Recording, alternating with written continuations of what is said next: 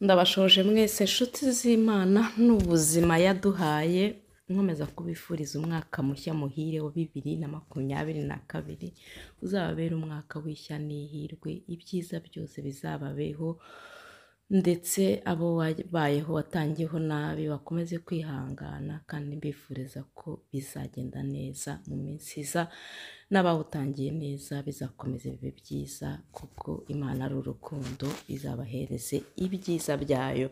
Hanyuma rero uyu munsi nabateguriye utunini bajya bavuga utunini ngo two kuvura, ariko riba ruwariraye.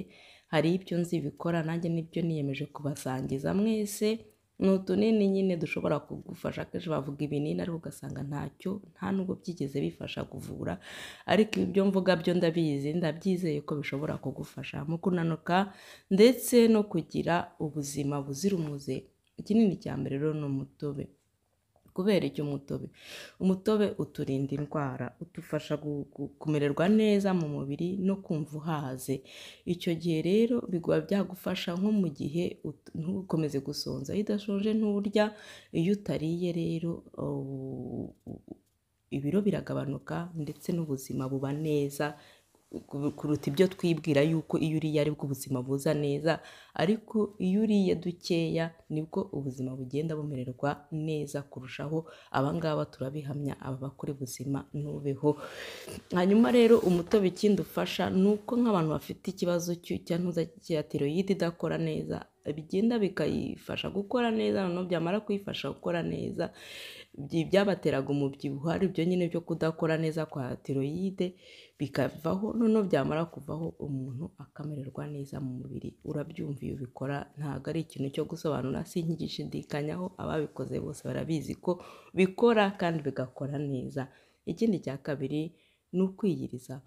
Iyo wafashe umutobe nta nzara ugira, bikakorohera kuba wamara umunsi ndetse ukaba wageza mu ma saa sita nta nzara ugize, kandi utafashe ifunguro rya mu gitondo, ukaza kubona umwanya wo kohereza umubiri gukora, ugakoresha ibinure wabashije kubika mu mubiri. Noneho icyo gihe ibyo wakagombye kuba wafashe icyo gihe ntibigutera umubyibuho, ntube wabifata, noneho ukamererwa neza. Ikindi cya gatatu ni ukurya imboga nyinshi. Iyo ugiye imboga zihagije umererwa neza mu mubiri, wumva umeze neza pe.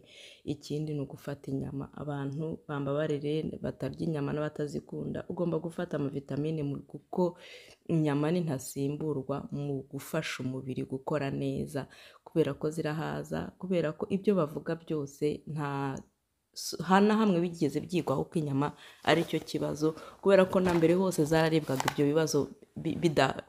Ibyo bibazo bikaba bije ubu ngubu, rero byaba ari ikibazo. Icyo na mbere zaribwaga, ibyo bibazo akaba aribwo bije. Ni ibyizweho, ni ibizwi yuko ubundi inyama bajye bareba n'amavuta ukoresha n'ibindi byose bishobora kuba byaguteza ikibazo. Ntago kurya inyama bishobora kugira ikibazo, ahubwo ushobora kugira ikibazo utazirya cyo kubura feri, cyo kubura uburyo umererwa neza mu mubiri. Byaba byiza rero kuzifata, ariko ugafata nanone zigereranije, cyangwa ugafata vitamine zizisimbura, nabyo nta kibazo. Icya kane kandi ni ugufata amazi akonje, gukaraba amazi akonje. Iyo ukarabye amazi akonje, umubiri wishakamo imbaraga, ukongera kwisubizamo ubushyuhe. Muri icyo gihe rero uhita ubuta ibiro, ubundi ugahagarika ibyitwa ingirwabiryo, amafarini, amasukari, bikagenda neza amahoro. Ngubwo ubuhamya rero, mumererwe neza.